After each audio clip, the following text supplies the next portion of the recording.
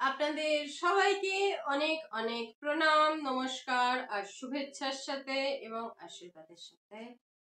এবার আমার বাচ্চারা বলবে মা আশীর্বাদ দিন। আমার আরেকটা শিবের ওপর লেকচার শুরু করতে চলেছি। আপনাদেরকে বলার একটু হলেও ভয় পেয়েছি, সেই জন্য আপনাদের সবাইকে অশেষ অশেষ অশেষ ধন্যবাদ। একটু লোক বেশি দেখেছেন। দেখুন, আপনারা যদি না দেখেন তাহলে পারে আমি এটা করে কি করবো? আমি তো ইন্সপিরেশন পাবো না। তাই যতটা আপনারা দেখবেন, যতটা আপনারা বুঝবেন, দেখার থেকেও সব থেকে বেশি যেটা জরুরি সেটা হচ্ছে আপনাদের বোঝা।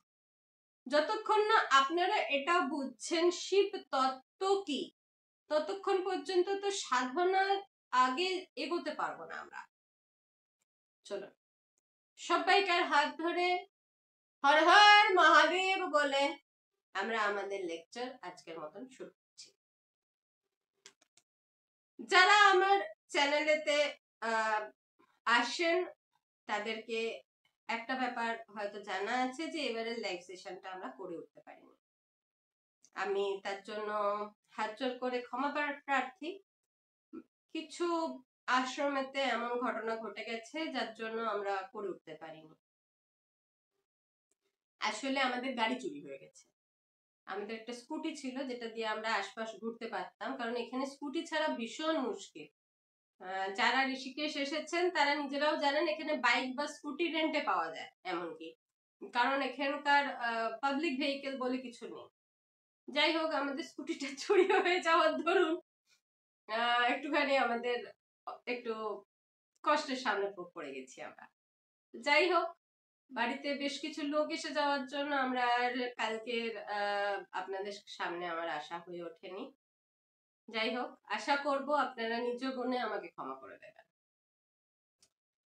আমরা শিব দর্শনেতে শিবের যে সম্প্রদায়, সেই সম্প্রদায় নিয়ে আমরা আগের বারের ডিসকাশন ওখানে আমরা সমাপ্ত রেখেছিলাম।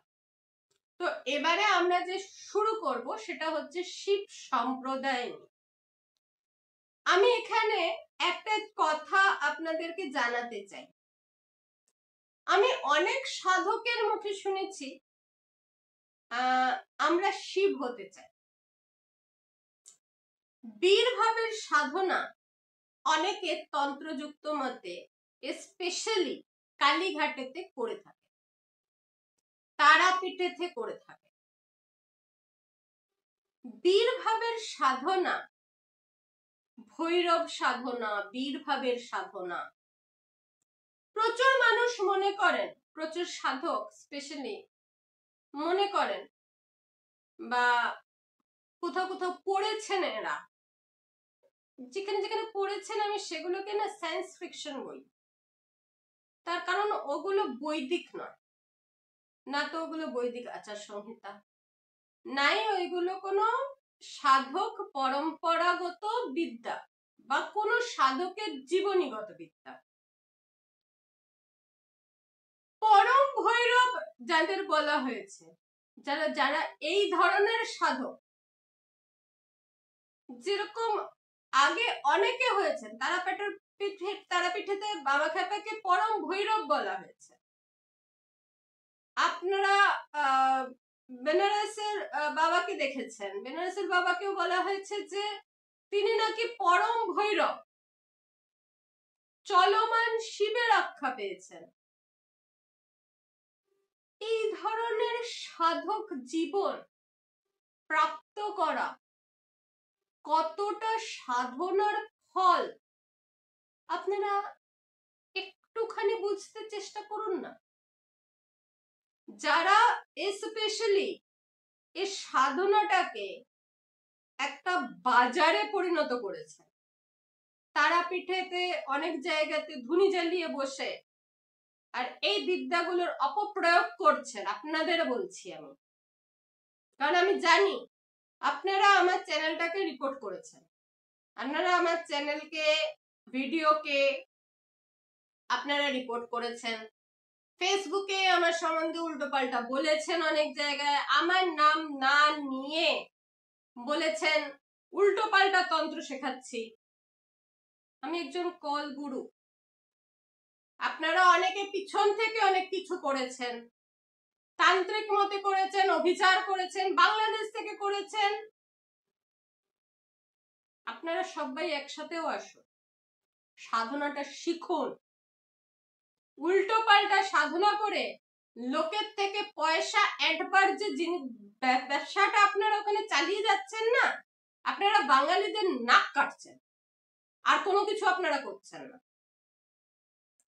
বাঙালিদের একটা মান সম্মান ছিল, তারা সাধনা যেটা করে সেটা মন থেকে করে। বাঙালিদের প্রত্যেকটা ঘরে ঘরে একটা উচ্চ কোটির সাধক পাওয়া যেত, প্রতিটি বংশেতে ভালো ভালো সাধক হয়েছে।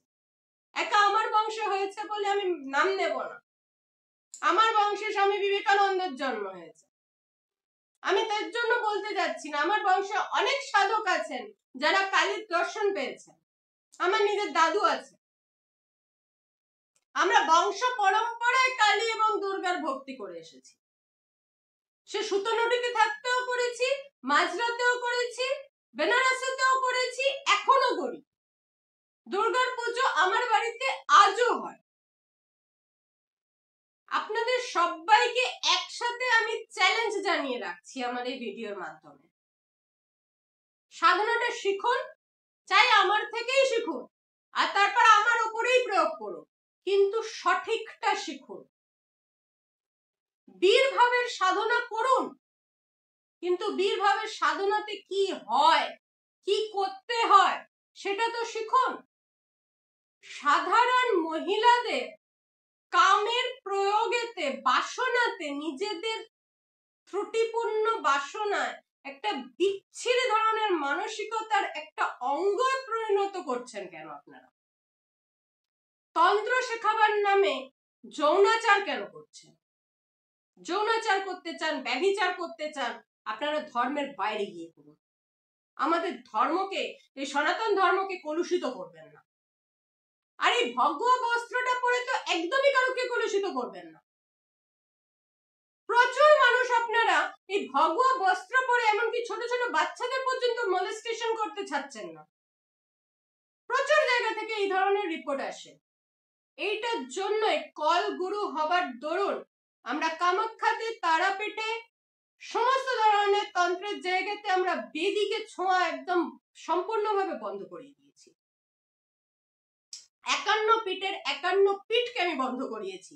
সেই জন্য আমি আপনাদের চ্যালেঞ্জ করছি, আসুন আমার সামনে, যদি সাহস থাকে তো।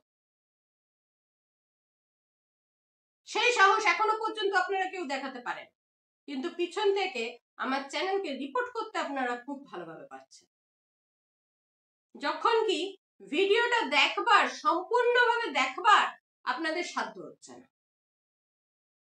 ভিডিওটা দেখুন, শিখুন, জানুন, তাতে আপনাদের আধ্যাত্মিক মঙ্গল হবে।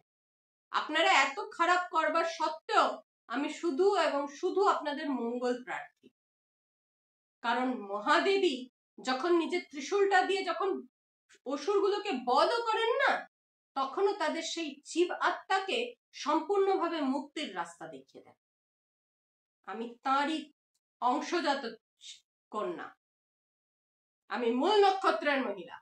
সেই জন্য আমি এত কিছুর পরেও আপনাদের মঙ্গল প্রার্থনা করি। চলুন, আপনাদের আমি 5টা সম্প্রদায়ের কথা বলেছিলাম আগের বার। একমাত্র যারা কাশ্মীরি শৈব সম্প্রদায়, তারাদের বীরভাবে সাধনার প্রচলন আছে। এছাড়া যারা বলে আমরা বীর সাধক, তারা ভ্রষ্ট, তারা ব্যভিচারী, তাদের কাছে যাবেন না।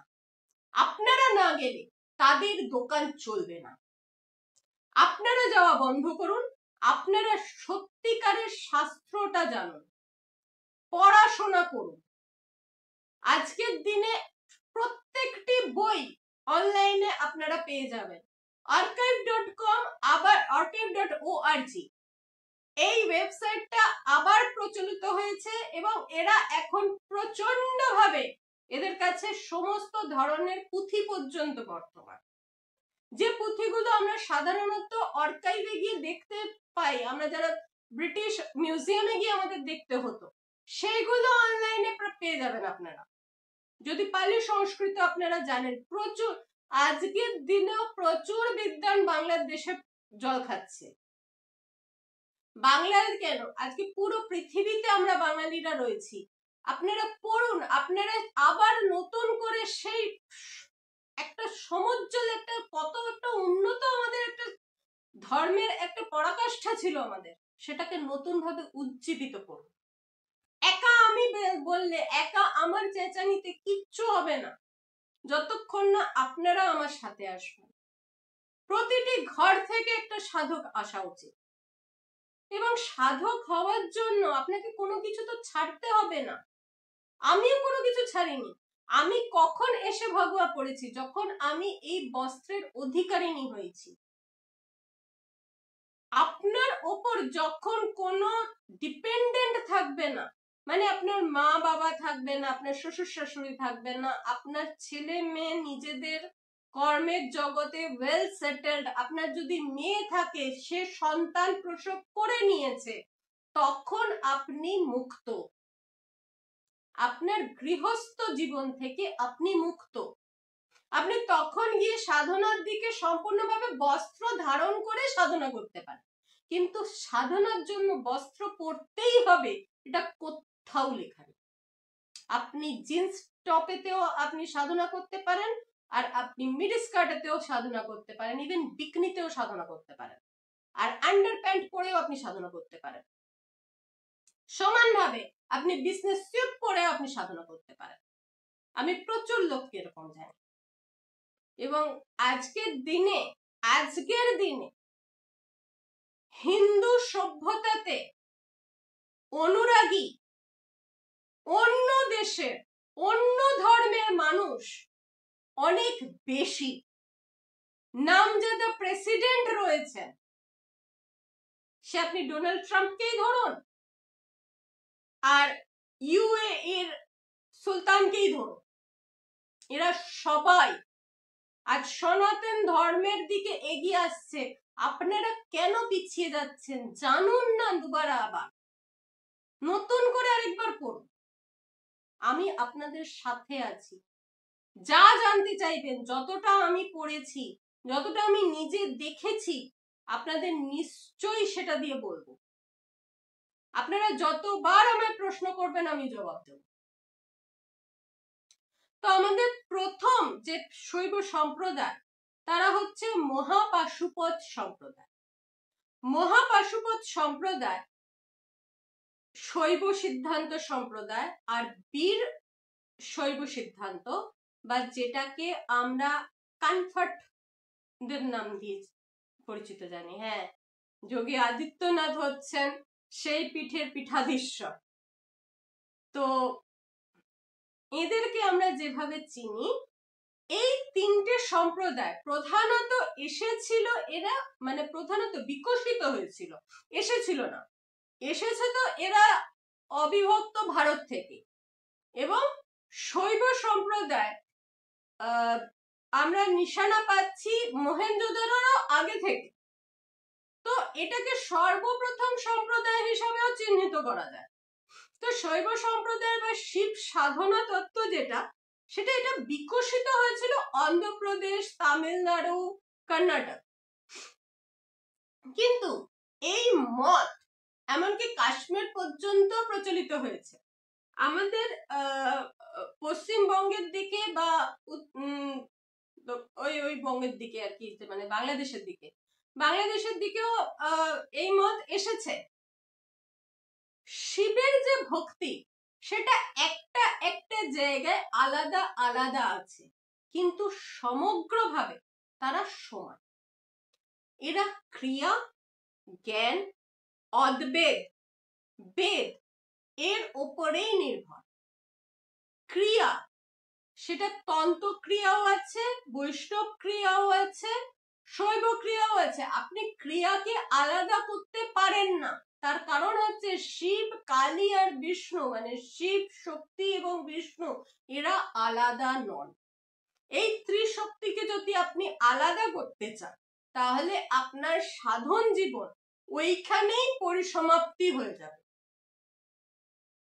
এটা বারবার প্রত্যেকটি আগম বলছে, বেদ বলছে, বৈষ্ণব ধর্মাচার বলে গেছে।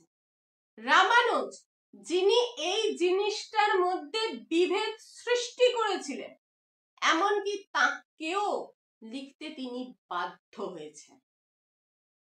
তার কারণ হচ্ছে তার অন্তঃসত্ত্বা যেটা, সে কিন্তু জানতো যে যাকে আমি বিষ্ণু হিসেবে পূজছি সেই বিষ্ণু আবার শিবকে পূজছে, এবং সেই বিষ্ণুর মধ্যেই শিব আছে আর শিবের মধ্যেই বিষ্ণু আছে। এছাড়া এই যোগ সম্ভব নয়। একাত্মবাদ শৈব সাধনার একটি চরম প্রাপ্তি। এর মধ্যে যখন আমরা পাশুপত সম্প্রদায় বলা হয়, একে নকুলি সম্প্রদায়ও বলা হয়, এবং এদের এই সম্প্রদায়কে বৈরাগ্য সাধনা এর সাধন এর মধ্যে সব থেকে, সম্প্রদায়ের মধ্যে সব থেকে বেশি, এরা বৈরাগ। এইখানেতে 5টা বিষয়ের উপর সব থেকে বেশি জোর দেওয়া হয়, সেটা হচ্ছে কার্য, কারণ, যোগ, বিধি। এই 4টে যদি তুমি ঠিকভাবে নির্বাহ করো তাহলে যে পঞ্চম প্রাপ্তি সেটা হচ্ছে দুঃখের শান্ত বা দুঃখের অন্ত, দুঃখান্ত সম্ভব, মানে দুঃখের অন্ত সম্ভব। আমাদের সবকিছু দুঃখ কিসের থেকে আসে না, আমাদের ডিজায়ার থেকে, আমরা যেটা চাইছি, আমাদের চাহিদা, আমাদের ইচ্ছা থেকে। তো আমরা আমাদের ইচ্ছাকে কিভাবে কন্ট্রোল করব? তো এখানে যে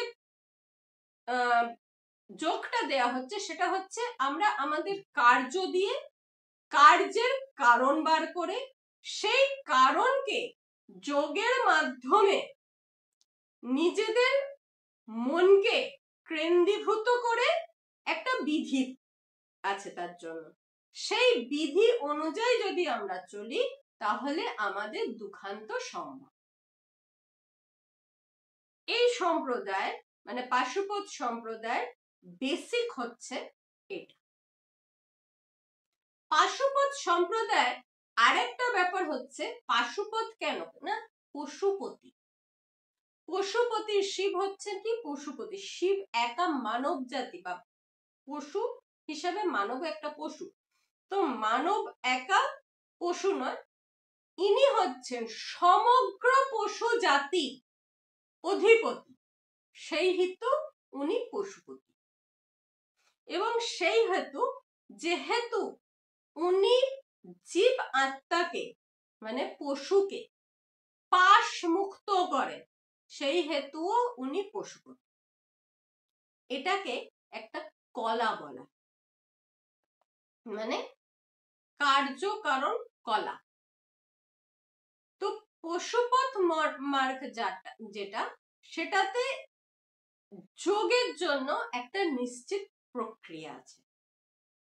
অষ্টাঙ্গ যোগ যেটা আমরা পরবর্তীকালে পতঞ্জলি ক্রিয়া যোগ হিসাবে, মহাবতার বাবাজির ক্রিয়া যোগ হিসাবে, বা নর্মাল ভাবে ক্রিয়া যোগ হিসাবে, যোগী অটোবায়োগ্রাফি পড়ে যোগানন্দজির ক্রিয়া যোগ হিসাবে আমরা যেগুলোর রাট্টা মারি, সেটা এই যোগেরই অপভ্রংশ বলছি। তার কারণ আমি খুব জেনে শুনে এটাকে অপভ্রংশ বলছি, তার কারণ যে জিনিসগুলো আমরা আজকের ডেটে পড়ছি, আপনি যখন সাধনা করতে যাবেন তখন কিন্তু দেখবেন যে সমস্ত কিছু এক না করলে, মানে যেরকম আমাদের 5টা আঙুল আছে, আমি যদি 5টা আঙুলকে এক না করি তো আমি মুঠি বানাতে পারবো না। ঠিক সেমন ভাবে আপনি যতক্ষণ না যোগকে, কার্যকে, কারণকে, ক্রিয়াকে, বিধিকে যতক্ষণ না একত্রিত করছেন ততক্ষণ পর্যন্ত আপনার দুঃখান্ত হবে। তো পশুপত সম্প্রদায়ের আইডিওলজিটা হচ্ছে এটা। Now these are just a school of thoughts. মানে শৈব সাধনাটাকে 5টা যে ভাগে বিভক্তিতে হয়েছে, সেই বিভক্তির মধ্যে এই চরাচর জগতের স্বামী শিবকে এরা এইভাবে জেনেছে। ঠিক আছে? তো পশুপতি বিদ্যা অর্থাৎ জীবের পতির বিদ্যা হিসাবে পশুপত সম্প্রদায় ভাষ্যটা হচ্ছে মৌলিকভাবে এইটা।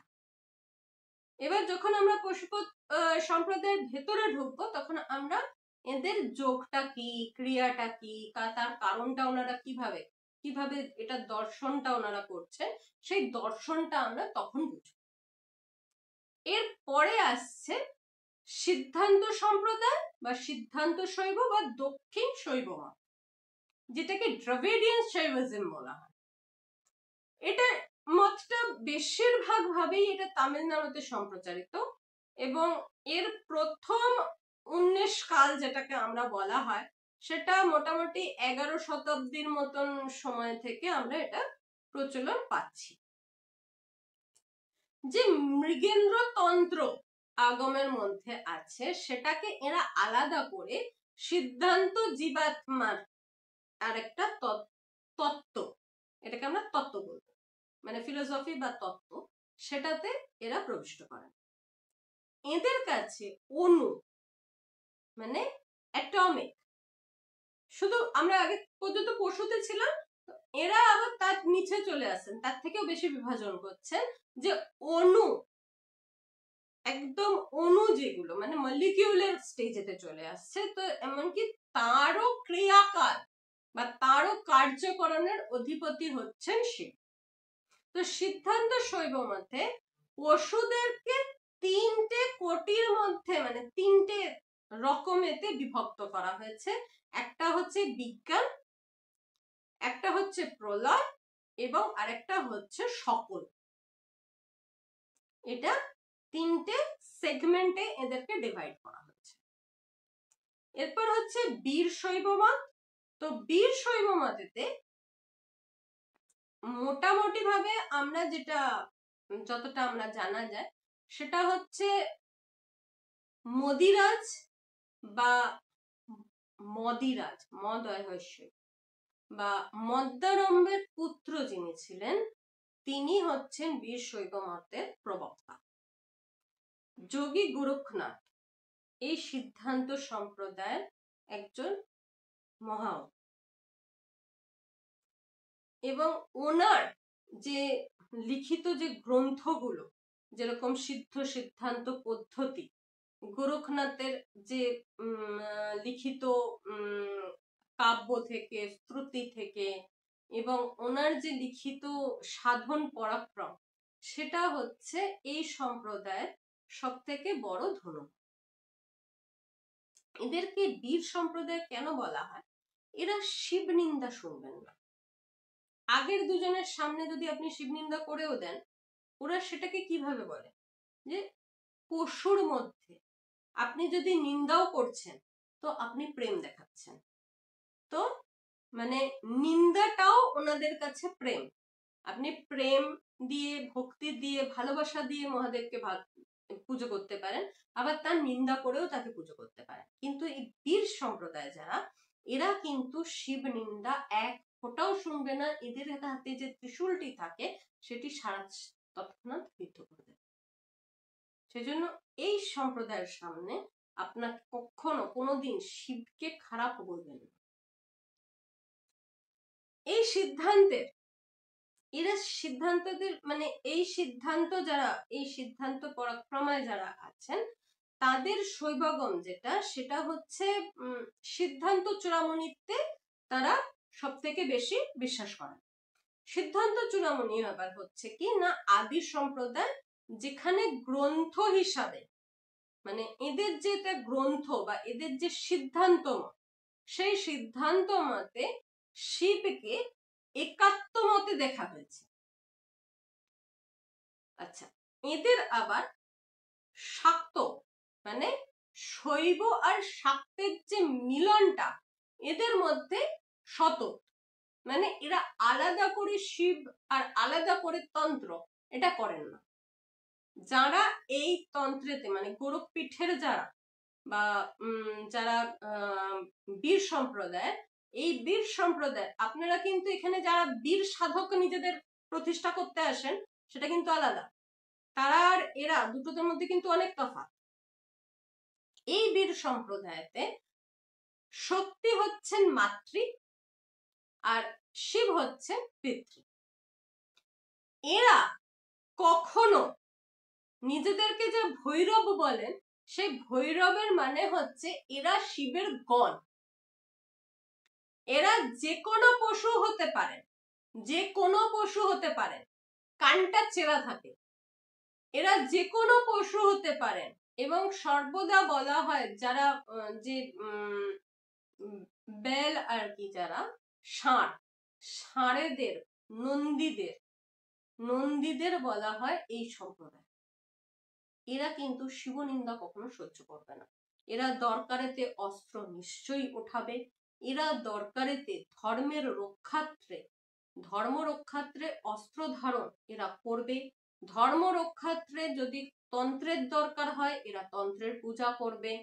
ধর্ম রক্ষার্থে এরা তন্ত্র মতে যে কোনো সিদ্ধি, যে কোনো আচার, যে কোনো আচরণ এরা করতে সামর্থ্যবান। পরে আসছে শাক্তমত। শাক্তমত পরমেশ্বরকে মাতৃরূপেতে কল্পনা করেছে, যেখানে শিব এবং শক্তি এরা অর্ধনারীশ্বর। মানে যিনি শিব তিনি শক্তি, যিনি শক্তি তিনি শিব। শিবকে না পেলে শক্তিকে জানা যাবে না, এবং শক্তিকে জানতে গেলে শিবের থেকে পারমিশন দরকার। তো এই সৃষ্টি প্রক্রিয়াতে এদের ঊর্জার যে কি বলবো, এটা এক্সপ্লানেশন যেটা ওনারা দেখেন সেটা হচ্ছে শিবকে পরমাত্মা স্বরূপ জেনে তিনি আবার শক্তি স্বরূপ। এটা হচ্ছে শাক্ত শৈব মতের স্কুল অফ থটস। শাক্ত মতবাদের মধ্যে শিবকে এবং শক্তিকে বিমর্ষ রূপিণী হিসেবে কিন্তু দেখা হয় না। এই শক্তির মধ্যে কে বড় আর কে ছোট যদি তুমি করতে চাও তাহলে সাধক হিসাবে তুমি ডুবে গেলে। তো এটা কখনো করা উচিত না। তারপর আসে আমাদের কাশ্মীর শৈব দর্শন। কাশ্মীর শৈব দর্শন বা কাশ্মীরের শৈব পরম্পরাকে দর্শন পরম্পরা যেটা, সেটা কাশ্মীর শৈব দর্শন পরম্পরা হিসাবে আছে। কিন্তু কাশ্মীর শৈব দর্শন পরম্পরা একদিক থেকে যেরকম সব থেকে পুরনো বলা হয়, ঠিক তেমনি ভাবে সব থেকে তাড়াতাড়ি অবলুপ্তও বলা হয়। কারণ যখন কাশ্মীর শৈবের যে পূজা, কাশ্মীর রাজ পুজো করেছিলেন এটা তো আমরা জানি, কিন্তু এর প্রবর্তন যারা করেছেন তারা আপনারা জানেন কি? তারা কিন্তু মারক নয়। কাশ্মীর শৈব শুরু হয় নাগ পুজো, নাগেদের মাধ্যমে। শিবের পরম্পরা, শিব সম্প্রদায়তে যত লোকেই দেখ না কেন সেখানে নাগের একটা বিরাট বড় একটা উপাধি আছে। কিন্তু নাগ পরম্পরা আসলে কাশ্মীর শৈব সম্প্রদায়ের জন্য বেশি বিখ্যাত। কাশ্মীর শৈব সম্প্রদায় কিন্তু যেহেতু মুঘলরা আসবাদ দরুন, মুঘল ইনভেনশন যখন হয়েছে সে সময় সব থেকে বেশি মার কাশ্মীর শৈবজিম খেয়েছে। তো কাশ্মীর শৈবজিম এই সময় ভীষণ ভাবে ডামাডোল হয়ে গেছে। কিন্তু তার আগে এটা কারা পুজতো না, এটা পিশাচদের, নাগেদের, রাক্ষসদের, প্রাচীনতম জীবেদের পুজোর যে নিয়ম ছিল সেটা হচ্ছে কাশ্মীর থটস, কাশ্মীর শৈব দর্শন। এর মধ্যে সব থেকে যেটা আছে সেটা হচ্ছে তারিকা, যেটা যে হিসাবে এটাকে জানা হয় সেটা হচ্ছে তারিকা বিদ্যা। তারিকা বিদ্যা বা নীলমত পুরাণেতে যেটা লেখা আছে সেটা হচ্ছে কাশ্মীরের মূল নিবাসী আসলে নাগ ছিলেন। তো কাশ্মীর এখানে আবার দু ধরনের কথা এসে যায়। কেউ বলেন নাগ মানে মানবদেরই একটা নাগের যোনি হিসাবে বলা হয়, আবার কেউ বলেন না ওখানে সত্যিকারের বড় বড় নাগ ছিল। তো এটা কিন্তু এর কোনো সাইন্টিফিক এভিডেন্স ওইরকম ভাবে পাওয়া যায়নি, যদিও হিমালয়াতে অনেক স্কেলিটনস পাওয়া গেছে যেগুলো রেপটাইলস, সরীসৃপ। তো এরই কাশ্মীর শৈবজিন যেটা, সেটারই আবার অংশভূত হচ্ছে দেবী দেবতাদের শিব পূজা। এই যে আমরা আলাদা আলাদা পুরনো পুরনো হিন্দি সিনেমাতে আমরা দেখি না, নাগ এসে শিবের ওপর জল ঢালছে, নাগ এসে শিবের পুজো করছে, তারপর মানুষ পুজো করতে পারছে, এই যে পারম্পরিক একটা মান্যতা দেয়া হয়েছিল, এই পারম্পরিক মান্যতাটাও বিশ্বাসযোগ্য পর্যায়ে আছে এইখানে। কাশ্মীর শৈবজিন যেটা শিবতত্ত্ববাদ, এটার আবার অনেকটা বুদ্ধিজমের মধ্যেও আছে। বুদ্ধিজমের অনেক ভাষ্যের মধ্যে কাশ্মীর শৈব সিদ্ধান্ত খোঁজ পাওয়া যায়। এদের বৌদ্ধিক যে বিশ্লেষণটা, সেটা আবার অনেকটা পর্যন্ত কাশ্মীর শৈবজিমের সাথে এক ধরনের, মানে বোঝা যায় যে ওটা ওটারই একটা অপভ্রংশ মাত্র। আমি অনেক সময় বৌদ্ধ ধর্মের অনেক জায়গায় অনেক সময় অনেক ক্রিটিক্যাল আমি করেছি, আপনাদের বাংলাতে আমি অতটা বলিনি ঠিক কথা, কিন্তু আমি বৌদ্ধ ধর্মকে হিন্দু ধর্মের সনাতন ধর্মের আলাদা বলি না এই কারণে, তার কারণ বৌদ্ধ ধর্ম জাস্ট একটা ফ্র্যাগমেন্ট, সনাতন ধর্মের একটা ফ্র্যাগমেন্ট হচ্ছে বৌদ্ধ ধর্ম। তারা শৈবজিমেতেও আছে, তারা তারাকে নিয়ে সেখানেতেও তারা কারচুপি করেছে, আর বলে কি আমরা একটা আলাদা সিদ্ধান্তবাদ করেছি। তাদের কোনো আলাদা সিদ্ধান্তবাদকে আমি মানতে পারি না, তার কারণ কোনো কিছুই আধা খানে তার জগা খিচুড়ি, ওটা আমি ঠিক মেনে নিতে পারি না। সেই জন্য আমার সামনে ওই যারা ওই বশীকরণ দেখাতে আসে আর এই সমস্ত দেখাতে আসে, তুর্কি তার্কি দেখাতে আসে, ওটা ঠিক খাটিয়ে উঠাতে পারে না। অনেকে বলে যে ন্যায়, যোগ বা সংখ্যাতত্ত্ব, অ্যাস্ট্রোনমি, এই সমস্ত কিছু কাশ্মীর শৈববাদের দেয়া। এবার এটা কাশ্মীর শৈববাদের দেয়া বা অন্যভাবে দেয়া বা অন্যভাবে প্রাপ্ত বা বৈদিক ভাবে প্রাপ্ত বা বুদ্ধিজম দিয়েছিল নাকি আমাদের, আমি তো এটা জানি না যে বাচ্চা কি করে তার মাকে শেখায়, এটা আমি বলতে পারবো না। যে ধর্মটা, যে থট প্রসেসটা, থট ফিলোসফিটা আদি সনাতন কাল থেকে চলে আসছে, তাকে যদি 2000 বছরের পুরনো একটা মানুষ এসে বলে আমি প্রথম, সেটা আমি মেনে নিতে পারলাম না। ইকুইভ্যালেন্টলি 500 বছরের পুরনো একটা ধর্ম যদি এসে বলে আমি তোমার বাপ, আমি মানতে রাজি নই। কারণ বাপ হওয়ার জন্য পিছন থেকে আসতে হয়, হঠাৎ করে গজিয়ে উঠে বলা যায় না আমি তোমার বাপ।